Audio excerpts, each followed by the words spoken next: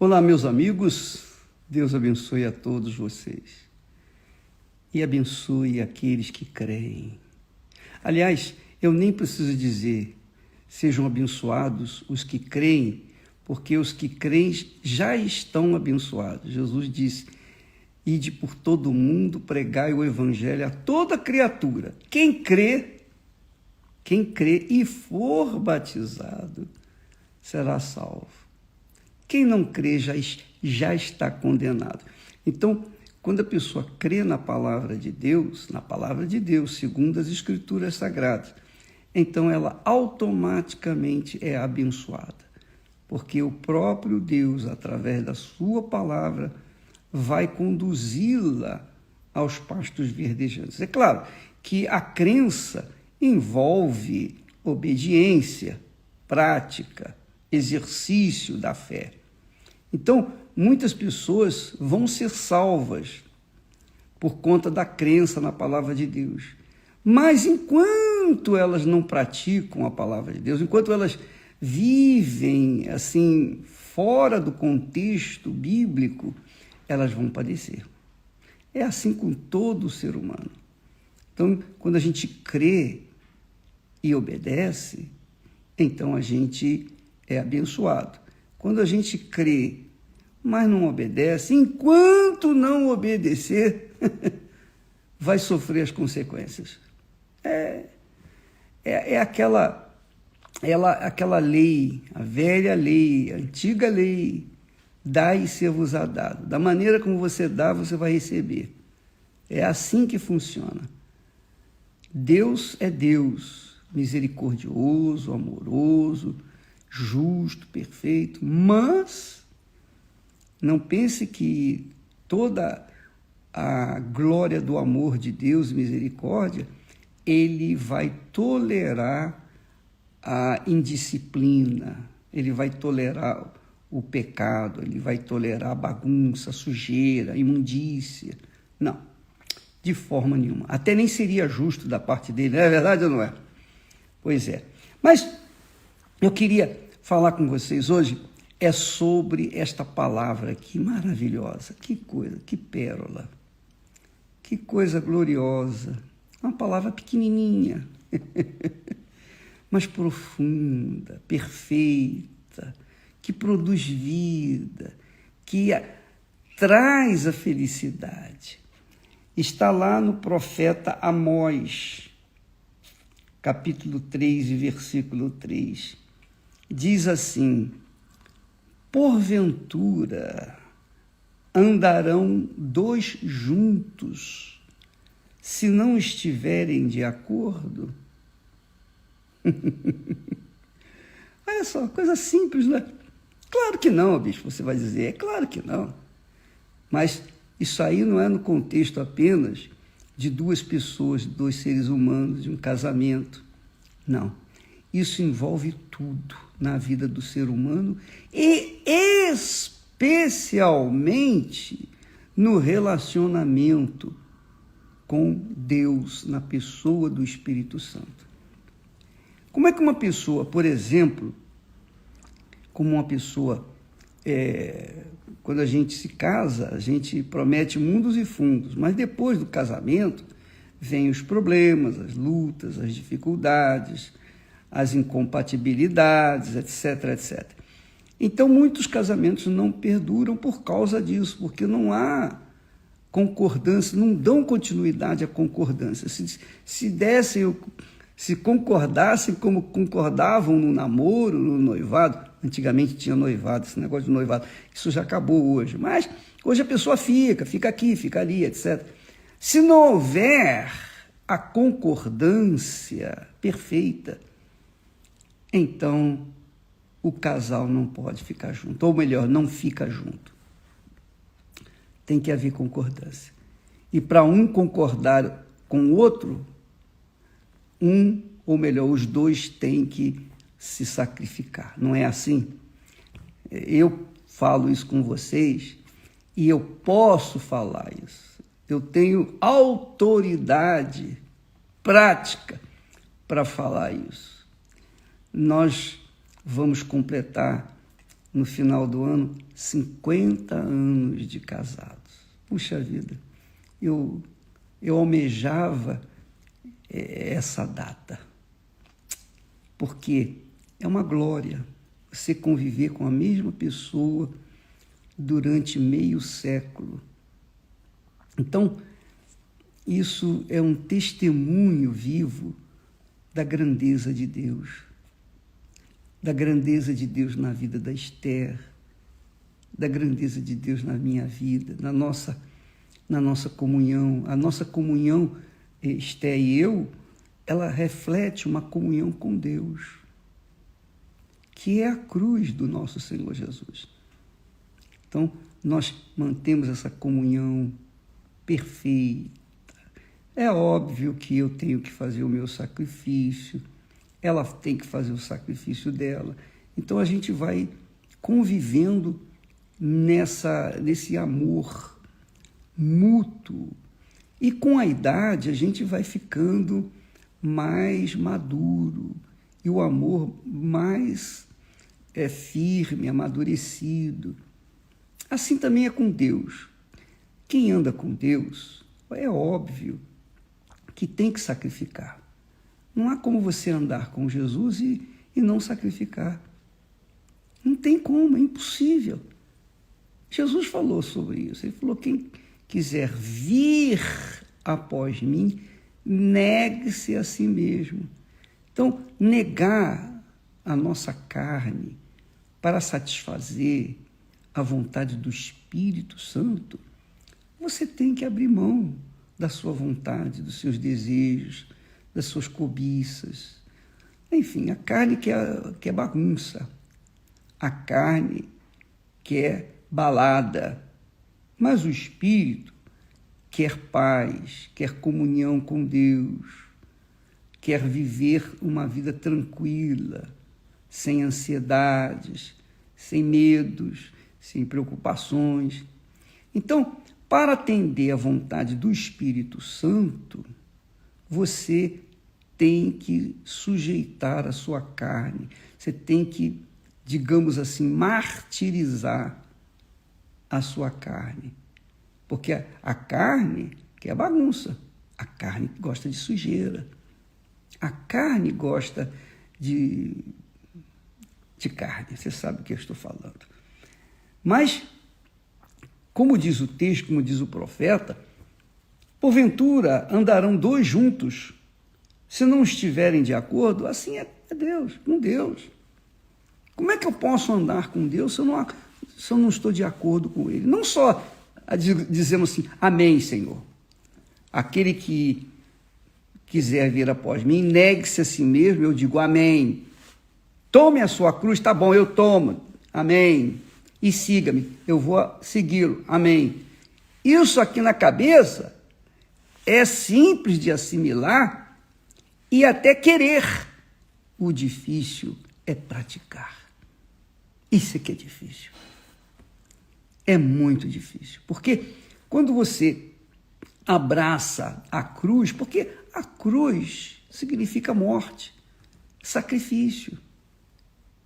Jesus disse, quem quiser vir após mim, ele não disse, quem quiser vir após mim, tome o pão da Santa Ceia, o cálice do vinho, que representa o meu sangue, e siga-me. Não!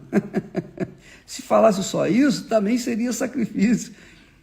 Porque Santa Ceia significa um pacto, significa concordância perfeita com o sacrifício da própria vida, por conta do Senhor Jesus também ter sacrificado a sua por nós. Então, esse texto aqui serve também para você que é noiva, noivo, namorado, está namorando, você que está procurando uma companhia, um companheiro. Ele diz, porventura andarão juntos, se não estiverem de acordo?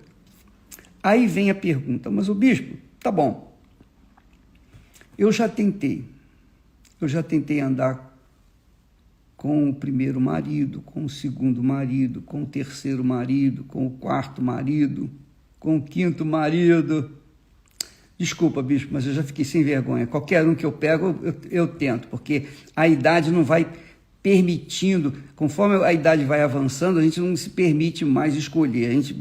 Enfim, a gente entrega, né? O que tem. É muito engraçado isso, né? Mas é a verdade. Há pessoas que casam 1, 2, 3, 15 vezes, etc. Porque estão tentando encontrar uma pessoa que concorde com ela. Mas por que não concorda? Por que não dá certo?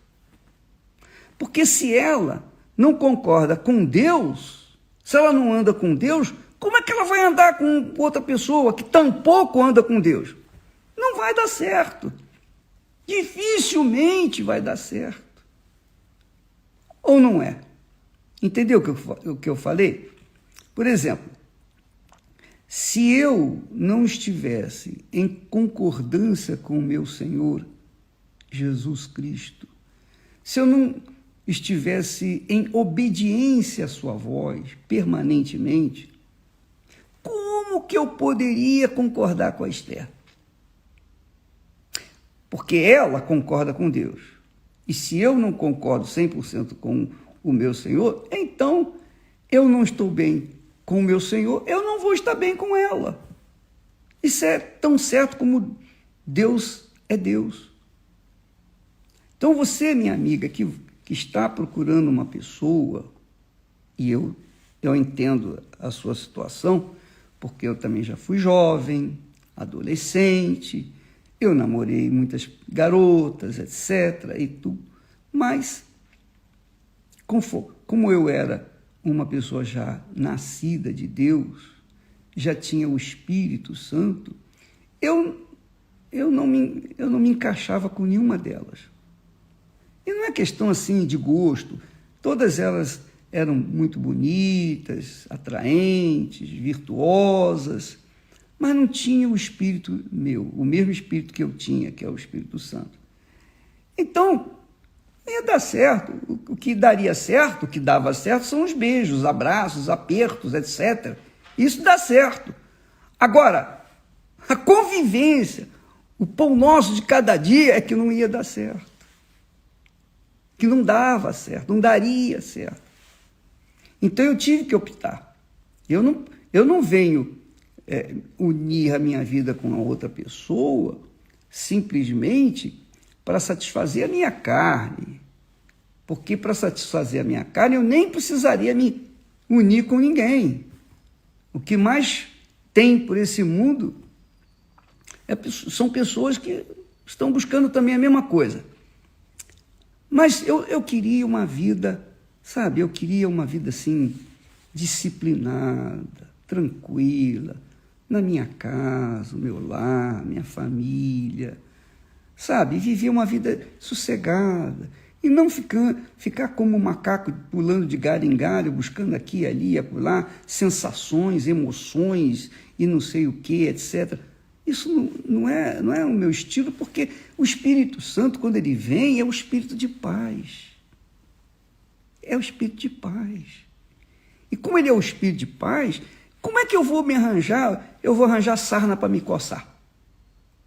Como que eu posso ter paz do Espírito, ao mesmo tempo casado com uma pessoa que não tem nada do Espírito Santo, que só me traz problemas, dor de cabeça, lamúrias, reclamações e etc, etc. Não, de jeito nenhum. Eu pensei, eu raciocinei, eu projetei o meu futuro. E hoje eu colho os frutos daquele projeto inicial que eu coloquei em prática, não porque eu era sábio, nada disso, mas porque o Espírito Santo me conduzia até aos pastos verdejantes. Então, hoje, nós vivemos em perfeita comunhão. Eu não consigo viver sem a Esther. E eu tampouco creio que ela viveria sem eu. A gente é unha e carne, não tem como separar, sabe? É como alma e espírito, não há como separar. Então, Isso é bom, porque os nossos filhos veem isso. Nós damos a eles um exemplo natural, não uma coisa forjada, escondida. Não, eu sou o que sou, a Esther é o que é, ela tem a sua liberdade, eu tenho a minha liberdade, mas tudo dentro de uma caixa. A gente se vê ali envolvido um com o outro em harmonia, e paz, e sossego. Ora, minha amiga, meu amigo, não é isso que você quer? Hein? Não é isso que todos querem? Então, você vê esse pessoal que está aí promovendo a ideologia de gênero, é porque é infeliz, não teve infância, não teve pai, não teve mãe, foi jogado no mundo revoltado, cresceu revoltado, porque não tem o referencial de pai, nem referencial de mãe, não tem referencial de casamento. Considera o casamento uma coisa ultrapassada, mas o casamento é a santidade. Casamento foi a primeira instituição que Deus criou depois do homem, de Adão e Eva. Ele criou o casamento. Ele criou um para o outro. Ele criou a porca e o parafuso. Ou melhor, ele criou primeiro o parafuso, depois criou a porca. Então, é assim que funciona. Deus abençoou o casamento, o matrimônio.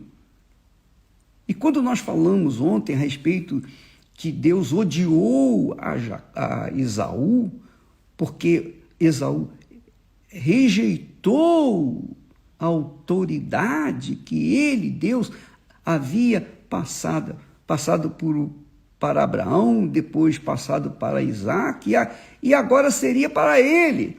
Mas ele rejeitou. Então Deus odiou. Então, minha amiga, meu amigo, quando há essa compatibilidade de espírito, quando a pessoa tem o mesmo espírito, então ela pode responder aqui com segurança: não, é impossível dois andarem juntos se não estiverem de acordo. Quer dizer, se não estiverem no mesmo espírito. Aí você vem com a perguntinha: mas ô bispo, mas eu já casei, e agora? Agora, minha filha, sofre as consequências, você vai ter que administrar esses problemas seus aí. Não me pergunte não, porque eu não vou responder, porque cada caso é um caso. Só sei dizer uma coisa: quando a pessoa tem o Espírito Santo, ela resolve os seus problemas. Resolve. Você não precisa nem do meu conselho. Você precisa apenas ter o Espírito Santo para saber o que deve e o que não deve fazer. Tá bom? Preste atenção. Se você tiver o Espírito Santo e ele tiver o Espírito Santo, ambos vão viver uma vida de paz. Se um não tiver, vai ser difícil. Mas, se você é de Deus, tem o Espírito Santo, você tem boca para falar com Deus, você tem alma, tem espírito para colocar diante do altar de Deus a sua situação e resolver com ele. O altar é para isso, para resolver problemas. A fé é para isso, para resolver problemas, enfrentar as lutas e vencê-las. Agora não fique esperando: eu vou falar com o bispo, ele vai me dar uma palavra. Minha filha, por favor, seja um pouquinho mais madura. E, meu amigo, eu posso responder as suas perguntas. Qualquer pergunta que você me fizer, que eu tiver conhecimento, eu vou responder. Mas, no que diz respeito à comunhão entre você e seu marido ou sua mulher, por favor, me tire disso. Porque é como... Eu acredito naquela história: briga de marido e mulher, ninguém mete a colher. Eu acredito nisso. Não, isso aí é problema entre você e ele ou ela. E se você tem o Espírito Santo, ele vai resolver esse problema para você. Ele vai te dar direção. Não adianta você ficar falando com o pastor. Um dia ele fala uma coisa, outro dia ele fala outra, dá um conselho, e ele fica paparicando você, e fica cerceando você com palavras bonitas, Deus é amor, e etc, e etc. Isso é muito bonito para o pastor, mas para quem está vivendo, vivenciando o seu dia a dia, o seu pequeno inferno com o seu marido ou com sua mulher, sabe exatamente o que está passando. Então, eu aconselho você a buscar receber o Espírito Santo, se é que você ainda não o recebeu. Porque com o Espírito Santo você vai resolver todo e qualquer problema na sua vida. Eu resolvi os meus. Eu não tinha ninguém, eu não tinha pastor, eu não tinha nenhuma babá para ficar aí, faz isso, não faz aquilo não. Nada disso. Eu quebrei a cara, me arrebentei, eu tropecei, eu caí, eu levantei, mas o Espírito Santo estava comigo, ele foi me guiando pelo meio do deserto, tropeçando e tal, ferindo os pés, mas finalmente eu venci. Que a gente chegou até a nossa terra prometida. Muito legal isso. Porventura andarão dois juntos se não estiverem de acordo? Não tem jeito. Então, minha amiga, primeiro você tem que andar junto com Deus. Aí sim, Ele vai conduzir os seus pés. É o que Jesus prometeu. Jesus disse, quando o Espírito de verdade vier, Ele vos guiará. Ele vos guiará toda a verdade. Quer dizer, vos guiará no caminho que você deve seguir. Entendeu? Agora, se a pessoa não tem o Espírito Santo, vai fazer o quê?